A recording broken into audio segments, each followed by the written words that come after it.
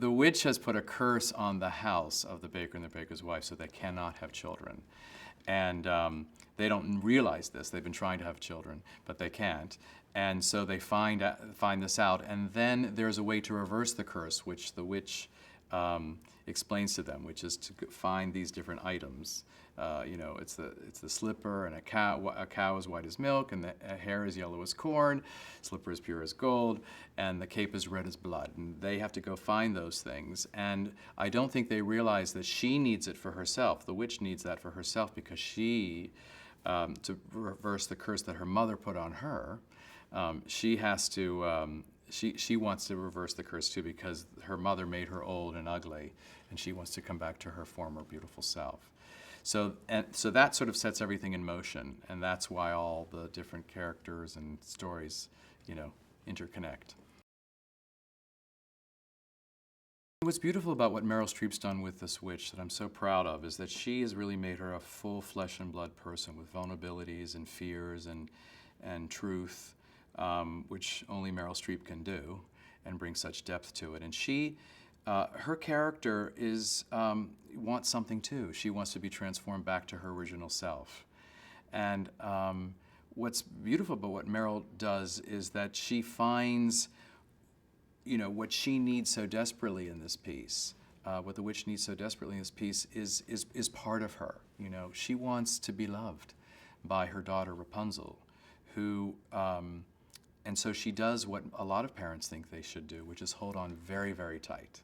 And ultimately, that's the mistake. That's the fatal flaw of the character, because she holds on so tight that she loses her.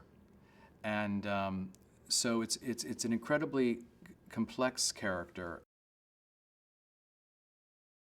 I really do believe that the woods is a metaphor for many things in life. It's your wishes are there.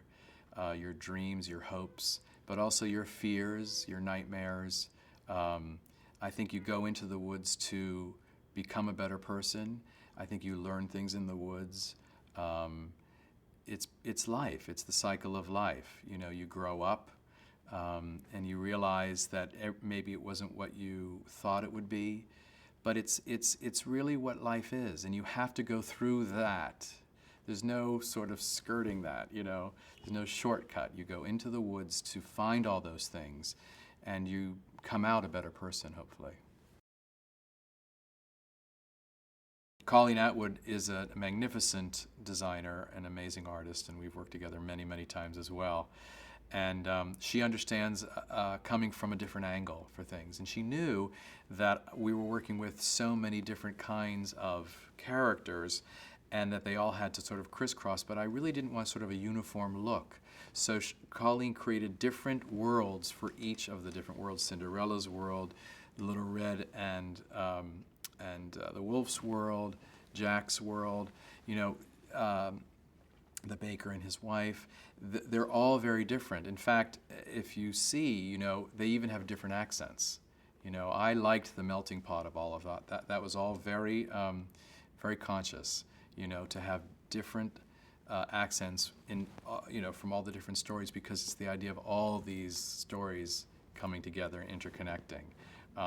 And so Colleen was able to take those stories and define them for each bit. If you look at the wolf in Little Red, for example, there's kind of a 40s vibe to it. She's in a slightly 40s dress, and he's in a sort of zoot suit because of the Tex Avery influence that he really wanted to capture, Johnny. And so that lives there in its own world. And you see the corsets and that kind of thing in Cinderella's world is very specific. But there really were no rules. I wanted people to feel very free to create our own fairy tale space. It's not like we're living in a it's not like a historic time or place. It's our own world. And that's what we worked at with her. The score is so beautiful and so integrated, into the piece. It's not like sort of you pull them out and they stand alone as, But I have to say, the song "Stay With Me," which is Meryl Streep's song, is sort of extraordinary, and she delivers it beyond my wildest expectations. I mean, I've never seen anything quite like that in my life, I have to be honest. I love the song Moments in the Woods, Emily Blunt's song. I think that's a really great song because it's funny and she's struggling with something and realizes how much she loves her husband at the end of the song after, you know, after all this time, and it's brilliantly performed by Emily. And Steps of the Palace, I think, is a really magical song too. I think it's, what I love about all these songs is they're so active. They're thinking through and debating and considering, and they're a different person at the end of the song than they are at the beginning of the song. It's such a beautiful thing, and it happens every time. I think Giants in the Sky is one of the most beautiful songs in the piece. It has such joy and such magic and such wonder from a little boy. So clever, so smart, but also just joyous. I love that song. Last Midnight, I think, is an incredibly powerful song. It brings, it's the apocalyptic ending of the witch's story, and Meryl does it with such force. I think people will be really surprised by the size of Meryl's voice. I mean, she's this extraordinary singer. We know she sings, but I don't think people know that she sings at this level. And especially with this kind of material. It's like the great material and the great Stephen Sondheim matching the great actor. When those two things come together, it sort of just, creates fireworks. It's amazing.